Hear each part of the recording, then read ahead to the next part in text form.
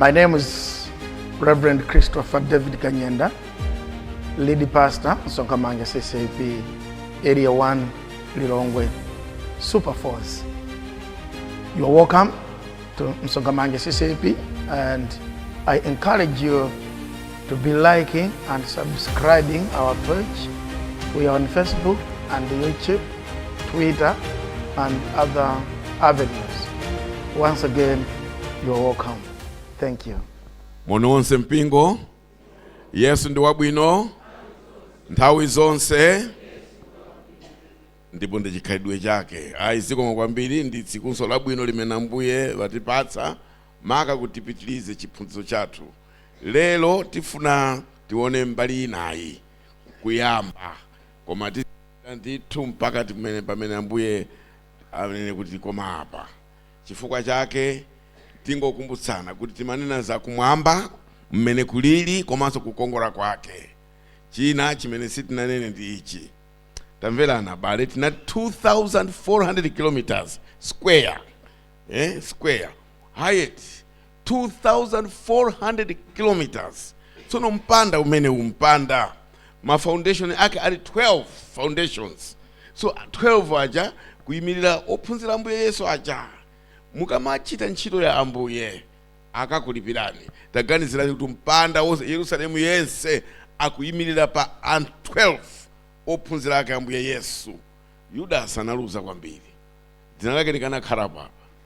Koma basi palibe talembapo mwana uja. Timati ndani mwana uja kuti? Matias. Pali Matias. Yudas palibe. So foundation, my layers, there are 12 layers. And then this temple, New Jerusalem, has 12 gates. The gate iliyonse pali dzina la ujenu, disciple. Can you imagine?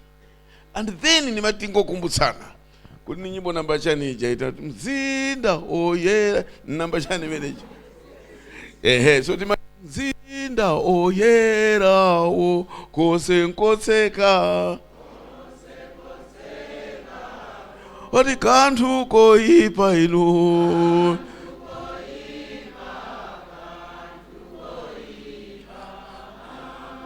Sikanga. Okay, tanena kuti mageti alipo 12 wes. Ndiye ndiotani mageti amenewa? Tiye ni Chivumbulutso 21. Tsegulani. Chivumbulutso 21. Mangu. Iyi ndi supu siku likapenda yamba ulaliki yayi. Supu hii. Ukafika ku hotel usamangu kupata chakudya chimene waitaniza amayamba supu. So supu hii. Mwafika pa Chivumbulutso 21 eti? Tawerenga ndime ya 25. Mumve za Yerusalemu watsopano. Tsono mundiuze za nyimbo imene mwaimba iyi. Wina werenge. Mageti alipo 12. Tawerengani. Anybody.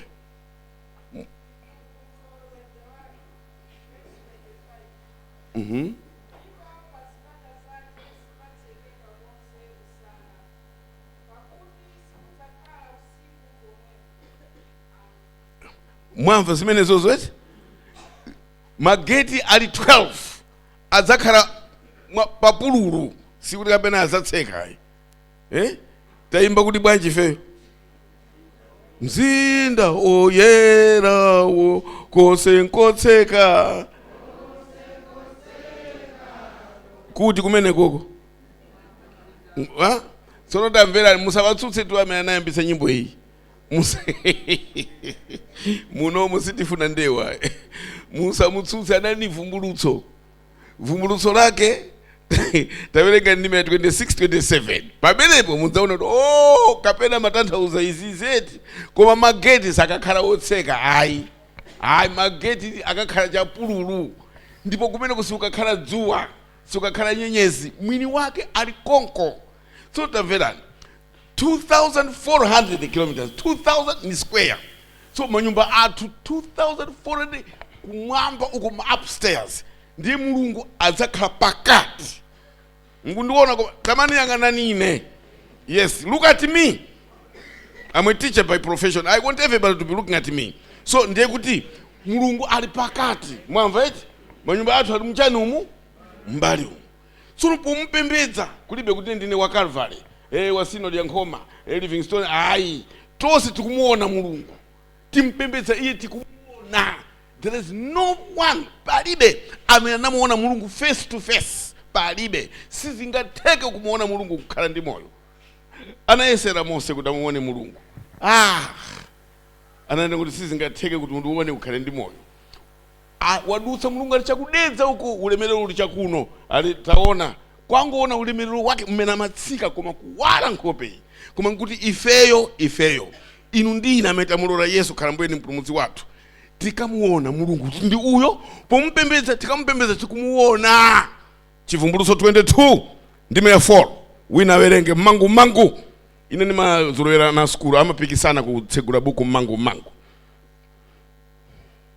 Yes. Chivumbulutso 22 ndime 4 ikuti chani? Ndime 4. Yes. Nadzaona nkhope ndipo dzina lache lidzakhala pamphumi pawo. Werenganiso Mike ina tawa. Nadzaona nkhope yache ndipo dzina lache lidzakhala pamphumi pawo. Ifeyo amene takwatulidwa ife tili uko, we shall see his face and we shall see him as he is. Kumeneko tikamamupembedza tikumpembedza osati mukachisi monga choncho, koma iyeyo tikumuona uyo, tikumpembedza kumeneko. Zimenezi ndi zimene zikachitikire ifeyo. Tsono tili kumeneko, tsono ma grading mmene akachitira, kaya amene achita bwino kwambiri akawika pati kaya ni steya yanji, kaya ndi pansi apa, kaya izo ni zauko tikaziona. Koma nyumba zikakhala zosiyana malinga ni ntchito imene ifeyo tampangira mulungu pano. Haleluya. So abale taganizirani, ndi dziko lona kuti chidziko chonse, so Yerusalemu wabwera tonse tikakhala mmenemo.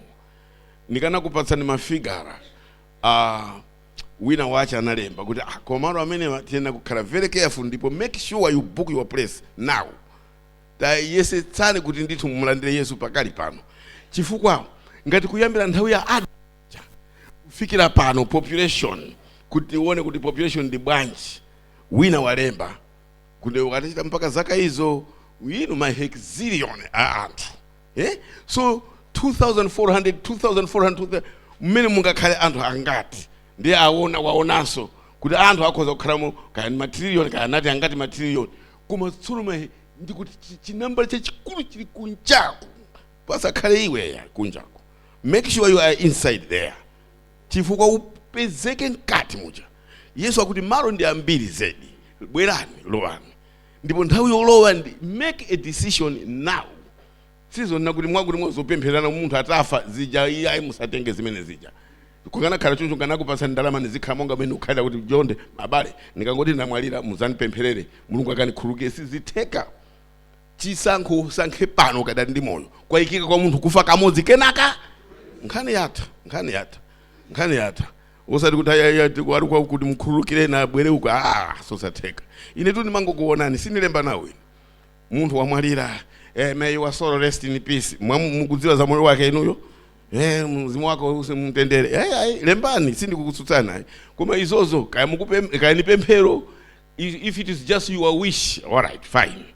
Ngati kufuna chabe kwa inuyo, all right. Koma ngati ni pemphero kwa mulungu, sizitheka. Pemphero mwapemphera mochedwa, akanakhala kuti munapemphera iye akada ni moyo, mulungu akanayankha. Koma wamwalira ndiye mungu na mzimu wake usemumtendere. Who told you that?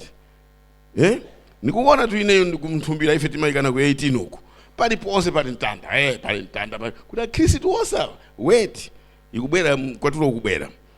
Amene analandira Yesu ndamene adzauka mkoyamba, wena pali mtanda ndithu, koma ndithu ali pomwepo. Nanje zomenyerera makalata izi kuti iblatishita ndithu akafusira ndi makalata, anani Mkhristu ayimbire basi ayimbire, tisayimbira ndithu. Koma kodi uli naye Yesu. Haleluya. So musaone kuti musamaolerowe mpingo kuti azaniyimbire po, so ngakhale tikuyimbire. So nanje tikakama kuyimbira pamene ugehena chilango chimakhata mzithu chikasana kuti ukumva umanamiza abantu kuti ndi Mkhristu ndi amakuchakwa. So ubwera pa normal kuti chilango chako cha normal service ikatha ndi ubwere. Koma ngasi apa umanamiza abantu ndiye order akulemekeza mulungu chifukwa cha bozati jamachita lija zisatero ndiwe iweyo landira Yesu. Kama zaimba ulikaleko ku ulemerero. Amen. Tiye tipemphere. Atate Mulungu wathu, tsiku labwinonse limene mwatipatsa lemekezekani chifukwa cha nthawi iyi pamene tikukambirana za mkwatulo. Izi zimatichititsa mantha, koma sitichita mantha chifukwa inu muli nafe, ndipo ngati muli ndi ife kazatiopsa nkachani. Chifukwa chake mwapita kukatikonzera malo. Chitani ichi kutsimikizira awo pa chisankho chimene anasankha. Pano mufuna mutichenjeze zina zimene zidzachitike pa nthawi imeneyo. Lankhulani ndipo ife tili pano timve mawu anu mu dzina la Yesu Khristu, amen. Titibwereza mkuwerenga muja, tinawerenga pa 1 Thessalonica chapter 4 kuyamba ndime ya 13 down to 18. Ndipo tinazaona kuti abwera Yesu aima mumlengalenga, adzaphimba kadziko konseka kandi mphamvu ya Mzimu Woyera. Mzimu Woyera mwa ine, Mzimu Woyera uko ziwiri zikakacha kutengeka. Koma amene adzayambe kuuka ndi aja anamwalira mwa Yesu aja, manda adzatsakuka. Ineyo just common sense kuti zili umwayi, koma kuti kwangu organiza chabe kuti alright nanga si iye alinawo kale komweko akati lero lomwe ndokhala ndine kuti ku paradise ndi utali uko. Tsono akamatsika sangawasiye komweko ayi, abwera nawo. So pobwera nawopo ndi ali muje ndi manda zatsakuka ndi zakumana. Tsono basa akuti tosidzatengedwa ndipo tikakumana kuyambira amene azambe kuuka ndi awa amene anamwalira mwa Yesu. Kenaka ifeyo amene tikadali ndi moyo ife tidzatengedwa. Chitsulo chitsulo chizake maginito tatengedwa. Koma nthawi imeneyo ndimene tidzadziwe ndipo kudzakhala mafoni osati masewera. Auja masesa pali kuti ku polisi kudeko muimbe ku polisi kuti nafeso wina masesa misinja siti kumuona kaya kudzakutani kusovana mkwatulo wachitika. Ino pano ndikunena pano Lucifer mwini wake wa zoyipa zonse ali pa chingwe, sagwira nawo ntchito imene iyayi. Itili mtima misinjala. Ngati mukuona kaya anthu akuchita zigololo kaya kuba kaya kuphana ni amisinjala wake ma demons. Iyeyo anamanga pa chingwe. Pa chingwe bwanji chifukwa Mzimu Woyera ali pati pa dziko lapansi pano. Tsono mkwatulo kadzangu kuti kwachitika Mzimu Woyera adzatani adzachoka, ndiye iyeyo sona adzamasulidwa. Ngati ana ndi amene akugwira choncho ana ake. Tsono iyeyo wammasula, ndiye iwe uli kadali pano udzaone izi.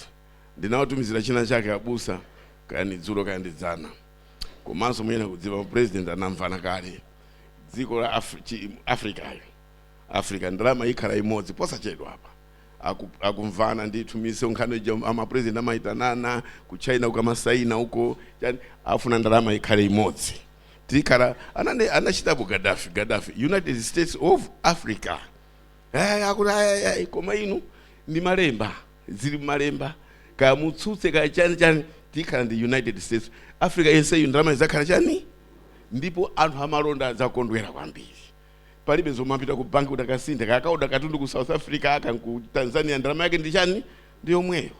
Sono izizi mudziwe panopa apa pakhala misonkhano muona posachedwa apa my president amvana ndalama ikhala imodzi. Koma akanadziwa kuti kukwaniritsa malemba umumu mubuku chimene chidzachitike ndi ichi. Ndalama idzakhala uko kunjako uko ndi imodzi kale kuli maiko kaenda awiri atatu amene akukana. Britain ali ni pound, America ali ndi dollar. Vomera posachedwa pa ikhala imodzi. Sono ikakhala ndalama imodzi kunonso imodzi ndi the whole world ndalama idzakhala chani imodzi. Komanso the whole world leader adzakhala chani imodzi. Ifeyo tuti sono ndi kuti ifeyo tapita kuja chimene chidzachitike ndicho wammasula uyu. Sono ujayi amene adzatsogolera dziko kukhala ngati leader adzamuonanso ngati mulungu wawo. Ndi mamisinjala omwe mamisinjala omwewa mapolisi omwewa iwe ifeyo tapita ujamati Yesu uja ndi mulungu wathu kunena president. Iweyo usankha ndani? Chifukwa amene uyu amene alipo uyu president azakhala president azakhala ndi chidindo cha 666. Ora ndiko kuti pasani kankhani kena nadzapita nalu California timadi akumene kujaja ku America. ndiye tikudya koma ndaniseka ndipo ndinakuchititsani manyazi Malawi. Forgive me. Chifukwa mukanaona mwana kuti kwa Malawi so watichitisa manyazi. Tikudya chirestaurant chachikulu. Supo upereka ndalama kulipira. Zakale nikutenga chikwapa. Nikutenga andu look at this. Anadaba. Kupereka isi sawa mane. Iwo sinatha kale. Amakandika pini apa kapini katatu apa. Ndiye banki yao. Ukangoti wadi hapo kuchisoro kunde watu waza kupita na so zimene ni banki ndalama zake transfer hivi timakandi kadi za makadi sinata so nanje natenga ndalama abale technology is leading us malumwa apa zizakhala kuti apa sikis sungate kugula kapena kugulitsa mpaka ulandire chani chilembacho sizingatheke kuti ugulitse sizingatheke kuti ugule kale kaye chilemba so mumve ife tatenge lutuluku ndipo iwe ujamati Yesu ndi mulungu wathu ufuna ndani ngati muno ulimo koma sindi kukopchezani ngati muno ulimo woti watsala mkwatulo wachitika iwe watsala thank God ndipo yamika mulungu wakupatsabe kampata ngati ungathe kupirira chaulere chipulumutso wakana chaulere ndana ufuna Yesu wakana chimene chichi tsono ngati wakana ichi tione ngati ichichi utha kupirira ndipo wapereka mpata tsono mpata umene ndikuuzeni ndi zaka 7 zaka zingati Daniel chapter 9 mukawerenga kunyumba Daniel chapter 9 out 1 year week ndi 7 years so tamverani chimene chidzachitike ndi ichi nthawi imene ife tatengedwa iwe ujamati Yesu ucha ndi mulungu wathu akunena president ufuna ndani ukadzangonena kuti ndikufuna Yesu ndipo ngati udzatsale chonde udzanene kuti ndikufuna udzaone zimene zidzachitike kwa iweyo kudzakhala chizunzo chimene kale lomwe sichinaonekepo ndipo sichidzaonekanso chidzaonekera pa iweyo. Ophunzira Ambuye Yesu anali angati mukagugule mukachite gugu kuti muone kuti kodi anafa motani. Inu imfa ya anthu aja ndi mmodzi yekha amene anafa kobwino, Yohane amene analemba chivumbulutso, ameneyo anafa kwa kalamba atamchosa maso chani bora uyu. Koma ena onse takaonani mmene anafera. Kuti ndi James uja ndani uja wina uja anamfunsa iwe Yesu ndi uja ufuna ndani? Anati Yesu ukafuna Yesu tikupha alipalibe kanthu. Ndipo anammangira mnyendo cheni chachitali chicheni nkumangira ku horse horse ndiye galimoto ya masiku adzana. So kunali msewu watala chaku east uko chini chachitali akuti chikugusa tu ichi alipalibe kanthu. Inu tegeza munthu amene amadziwa hachi kacha sipidi kuzungula mutalamoka so ndiye kuti uyu kamu ndikuti nthumbwana tikutuluka chani pamene nazungulira uko kuzafika apa inazangofika ni miyendo yokha imene anamangira thupi lonse. Chifukwa chani amafuna ineyo chitani china chilichonse bora ndikhale ndi ndani ndife ndi ndani buku likuti ngakhale umene anafera uyu sifa ndi chani pali chani apa bora izi koma zimene zikubwerazo mkwatulo utachitika sizamasewerayo. Chivumbulutso 24 not chivumbulutso rather Matthew 24 tsegulani Matthew 24 read 21 and 22 sizokuopsezani yayi koma izi nzenzenidi zachitike. Matthew 24 verse 21 and 22 ophunzira Ambuye Yesu anafa mozunzika wina namtenga kumponya mchidrum of oil boiling oil wina anamchosa kuchoka pa pineapple kaphiri kaja mkankhira pansi tsagwa pansi Petro ndiye anamkhomera pa mtanda koma chovyondosa. You know the story. Panalibe zabwino ayi koma zija kuti pali chani apa muone zimene zidzachitike ndi iye amene mkwatulo wamsempha. Tikanaka tonse tikudziwa izi tikanathamangira kwa Yesu pano pa chipulumutso uchaulere ndana ufuna Yesu kwangoti dzanja basi waphunya nazo izi. Matthew 24 verse 21 and 22 Mateyu 24 mawu otsogolera chisautso chachikulu. Yes. Verse 21. Pakuti pomwepo padzakhala masauko akulu, monga sipadakhale otero kuyambira chiyambi cha dziko, kufikira tsopano, inde ndipo sipadzakhalanso. Ndipo adaleka kufupikitsidwa masiku awo.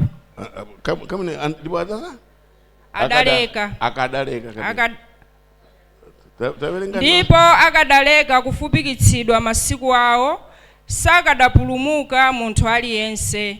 Koma chifukwa chosankhidwawo masiku awo adzafupikitsidwa. Tsono kufupikitsa ku, thank you my sister. Kufupikitsa kuti ni 7 years. Zaka zingati? Kuti ni 7 kufupikitsa waponda pamoto ala zitafupikitsa uponda pamoto zaka 7 basi. 7 years kwa Mulungu 7 years is nothing. Abale azakufunsani. Iwe ufuna ndani? Ujamati Yesu ndi Mulungu wathu. Ukati ndikufuna Mulungu wathu basi akudindana apa 6 apa. 6 apanso 6 sakuzunza. Hayi. Chikwa ndoti wagulidwa kale uli mbali ya Satana. Sakuzunza zaka 7 iza hayi ukhala pa ufulu. Koma iwe ukanadzira. And it is irreversible. So nganese kuti hayi ngakhale mwandinda ndasintha naganiza zina hayi. Akakudinda basi. Tsono ngati ulimo muno udzakane kuti ndikufuna Yesu, tsono udzaone. Kukhala ngati wenyamula hammer ya 10 kg. Tsono iwe ulibe sapato kuti. Iye ufuna ndani? Iye asapaya. Yes! Kose kupaya. Yes! 3 days kwatupa. Anatenga ya 10 kg so atenga ya 20 kg. Iwe uchamati Yesu ndi wathu. Ufuna ndipo adzakupa. Koma ukuita nabe pa Yesu ngakhala chen. Amati kwa chisapo kuli na kudulana ziwalo kuchirazo, that's nothing. Our are the ones, the experts of dismembering body parts. Wodula ziwalo ndi wati azadula chiwalo osati kuda kubayika ijekeseni no. Ufuna ndani? Yes. Tsono iwe Mzimu Woyera wachoka. Ulipoweka mphamvu ngati ukuchimwa pano, Mzimu Woyera alipo akukuthandizira. So Mzimu Woyera wachoka. Uganiza chizakuthandizira nchani kuona kuti ulimbe. Sono ifa sidzakhalapa zaka zingati 7 years. This death will be suspended. Palibe amene adzamwalire nanga akakudula kena kakwamwalira ndi kuti no, akufuna uzo ngati ungapirire zaka 7. So akuzunze wina adzamangira kumtengo moto apa akati ukanena kuti ndikufuna uyu wathu tikakudinda tikumasula ukupsa ukuita nabe Yesu osafa. Ndani amene angapirire chotere? That's why buku likuti mchilengedwereni silinaonekepo vuto lotera ndipo silidzachitikanso kaka mitsinje yonse iyi mitsinje magazi okhaokha ya anthu amene akukana kulandira chidindo. Iwe Yesu anabwera chifukwa cha iweyo, osati chifukwa cha gulu koma iweyo koma ineyo. Safuna mkwatulo tu nkuti thawisa kuchizunzo chiti ichi ana anga asazunzike nawo, musazunzike nawo. That's why akudzati kwatula, akudzati chotsa, kudzakhala zowawa. All right, then tione Chivumbulutso chapter 9 verse 1 to around 12. Sorry, it's a long one. Chivumbulutso 9. Muone zilango zilipo about 7 zimene wakonza. Koma choyamba chindi akuti chofewa kwambiri. So muone chofewacho inangofuna kuti mungoona kaye chofewacho. Koma zilango ni zambiri. Zilipo about 7. Azana kuti chibwere ichi pa bantu. Kena kachika chiduse chibwereso china chichocho. Sono zilipo about 7. But let us see chaujeni cha pa Chivumbulutso 9 from verse 1 to 12, I think.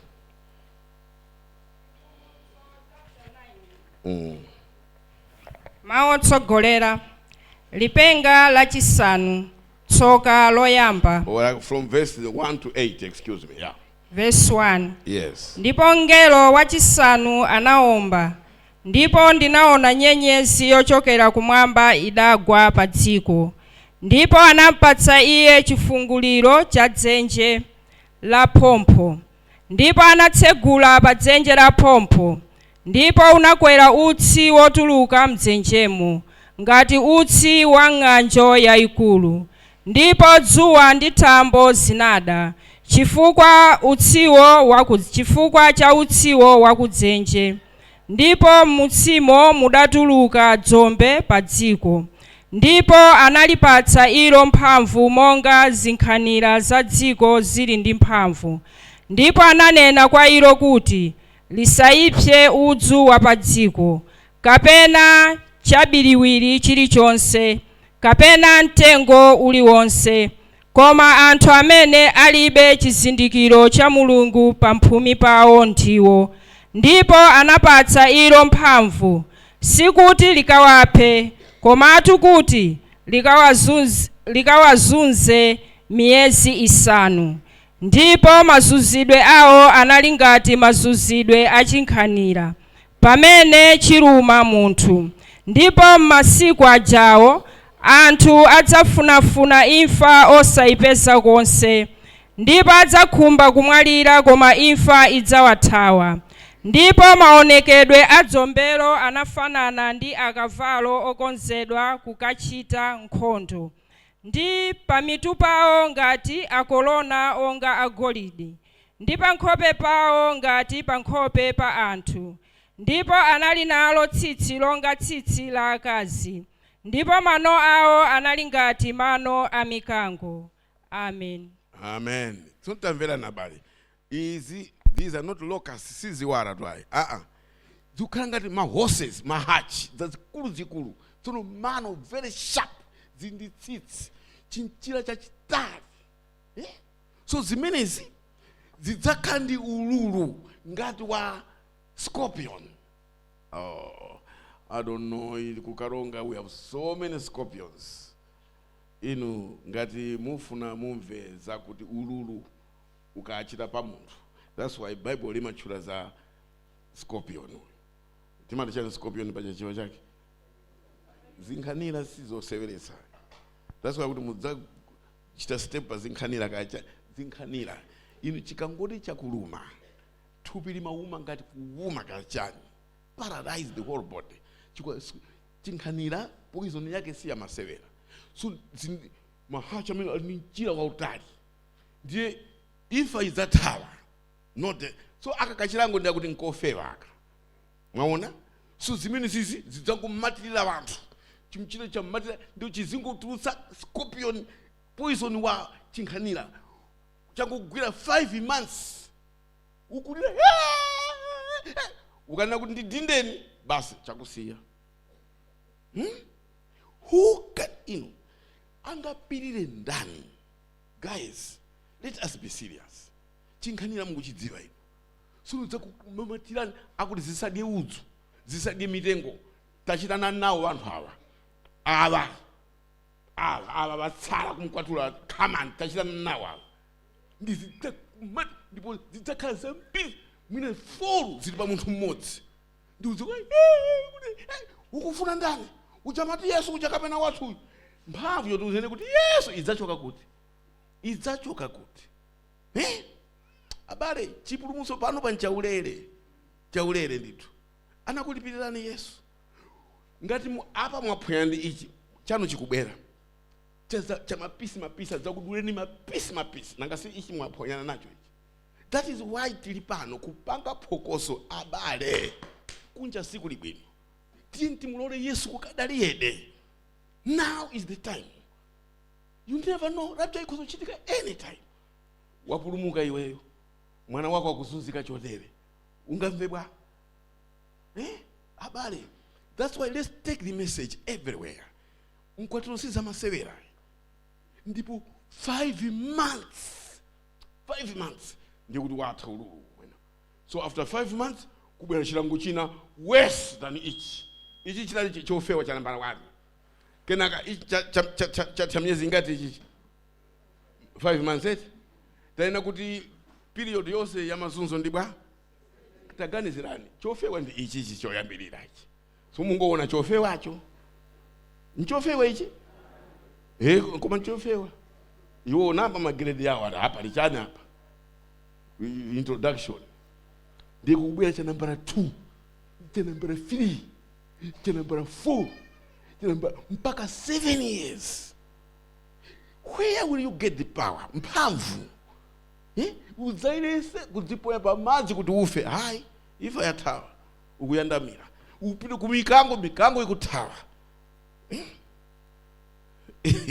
Inu chifukwa chake Mulungu safuna wina aliyense awonongeke. No. Ayi ndithu. Ngati wina angapirire. Oh my goodness, look at this one now. Tithamange nalo buku. Ngati wina angapirire. Tiyeni nene choni. Akudula ndi kuti sosisi wadula ukanabe Yesu wadula ziwa kubaiti machekisi mikono kubaiti Yesu magazi mitsinje yose malomwa mazi ni magazo anthu amene kukana kulendera 666. Koma the last one chomalizira kuti konse kuwapirira ndipo zonse wadula ziwalo. Koma kudula kwake samangoti kudula azidula pang'ono kuti uzimva ululu. In the most severe way. Zonse kuwapirira ngati nkutheka kaya. Then kudzakhala the last one. Ngati ungapirire. Ndikuti pa 7 years pa muoneka 7 years ijai ifeyo ameta kwatulidwa ife tili kuti tili kumwamba ukwati wa mwana wankhosa 7 years tikudya uko ulikuda uko tikuseka kuli phwando Yesu kuti sinakhalepo nanu pa phwando mpaka lifike pa chimake uko tikuseka. Koma pano zimene zikuchitika so tamvani ngati wadulidwa 7 years palibe amene amwalire. Mphamvu ya imfa Yesu adzachotsa. Nobody to die. Wakana chakulere awotione mwadulidwa si mapisi. The last thing ngati ukanabe kuti oh yes ndiye tsopano chakumalizira. Ashabale inu musatero chonde tamvani ndiyangane nini. Munthu uyu wadusa zaka 6-7 each sopo omaliza adzakugwira pamutu iwe ziwalo zonse wadula. Iwe uchamati Yesu ucha ndi Mulungu wathu. Mulungu wawo akunena president ufuna ndani? Mphamvu ngati ungakhale nayo Mzimu Woyera palibe udzanenebe kuti Yesu tsono uone. The last thing they would do adzakugwira pamutu apa kutenga chimpeni nkamati mpeni kamvani zaini kuti Yesu mpaka mutu uko ukuyitana Yesu. Ndipo mene ukatipeza kuti kumwamba ukatipeza kuti inu mufuna mukafike mpaka pa size imene yoyo pano nchaulere pano isi free. Koma chikangokusemphani ichi ngati iwe uganiza ungapirire konse kuwadula kwangokhala chinthu kungoti kuti bakazagwira apo ufuna nda Yesu chimpeni mutu ndio ukatipeze kuphwando. Inu mphamvu zachitenga kuti Mzimu Woyera palibe wachokapo. Pano is the time. Now is the time. Tiyeni tione chivumbulutso 20 verse 4 and 5. Chivumbulutso 20. Osamangola nkhula ine nikufuna aja kumbuku la machitidwe. Munthu akalalikira amapita kodi zimbi zilidi mmalemba osamangomvera. Osaye kalulu anati kalulu ayi mulibe zakuti kalulu koma tikufuna tinene mawu a Mulungu akuti chani. Chivumbulutso 20 verse 4 and 5.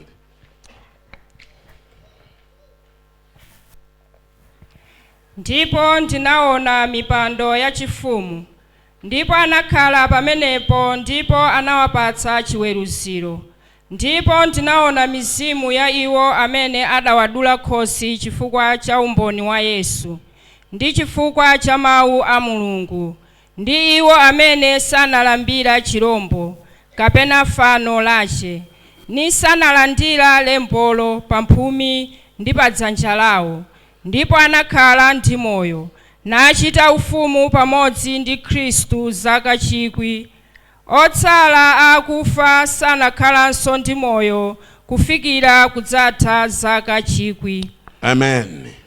Ndiko kuuka kwa akufa. No, it's okay my sister, it's okay. Mukawerenga mukakhala pansi. Ine ndimafuna mumve kuti iye amene wapirira 7 years. Pakakhala different kinds of punishments. Pakakhala zilango zonse zipo taganizira ngati akuyamba ndi chinkhanira nanga kwinaku kukhala bwanji. Tsono wapirira konse ngati zingatheke. Koma wena kunena kuti kwa ifeyo ma Gentiles, ifeyo akumitundu sizitheka palibe amene angachite. Koma nthawi imeneyi yankwatuloyi Mulungu adzakumbukira ana ake ku Israel. Panopa go to Israel now. Kuti mukaopeze New Testament mukavutika kwa basi. Akadani buku lomwe lija la Old Testament akadasunga bitu malamulo aja mpaka pano. Iwowo zoti Yesu ayi ndithu ayi. Sono mukati Romans chapter 11, pa Roma 11 akuna kuti Mulungu sayiwala wake ayi. Pali nthawi imene adzawakumbukireso awo. So yo akumbukira ndi nthawi ya mkwatulo. Ife tapita kuja kukakhala chitsitsimutso ku Israeli. Lapa ndipo adzazindikira kodi Yesu uje ndi uje ndi pamene uko kudzakhala chipulumutso. Koma panopa ndi ifeyo ma Gentiles akumitundu ndiye wina akachita zoti anyala apseka anyozere nthawi yako ikangoti yadutsa. Iwe chikukumbukira uko kwa ana a Israeli. Pano akukana kwambiri. Go to Israel now. The New Testament ayi ndipo akudziwanso kuti adzafikira apa Mulungu akambwera akamayikana akuluakulu akanguti wafika nawo zangozuka. Koma ife tudziwa kuti Yesu yemweyo amene akumkanayo ndiye chipulumutso. So iwo pano pamaso ni ophimbika azakuka maso awo kuti ndiye yemwe uja. Koma kwa ifeyo, please, this is a time kunena kuti landilani Yesu pakali pano. Chikwa nthawi iyi yoti mudzapirire zoterezi. Mpaka last minute pamene wakudula ziwalo zonse ukuitanabe Yesu. Kulibe chakudya, kulibe mwakuti ifa udzaifunasi zapezeka mpaka zachite kukugwira apa. Ukuitanabe dzina la Yesu. Akuti tikakudinda tikusiya. Ndifuna Yesu mpaka kudule. Akakudula munthu ukatipeza uko. Zisatero ndiwe ayi. Chifukwa chake chita ichi. Ambuye Yesu ine ndine wochimwa. Ndipo nazindikira kuti mphoto yake ya uchimo ndi chani? Ndi ifa. Koma kwa ine wochimwa chipulumutso chilipo. Bwerani mmoyo mwanga Ambuye Yesu. Ndipo akabwera Yesu nkhani yatha. Si ndalama ayi. Si ubatizo ayi. Si zina izayi. Kwango zitsutsa nkati. Pantanda paja wazitsutsa. Nkumulandira Yesu nkhani yatha. Ndikuti wa ichi. Mazunzo awa mkwatulo kachitika. Izi wapulumuka nawo. Ambuye akudalitseni. Amen. Thank you so much for liking, subscribing, and thank you so much for being part of Msonkhamanja Ccap. Thank you so much for watching. Keep watching, keep liking, keep subscribing our page. You are blessed. Thank you.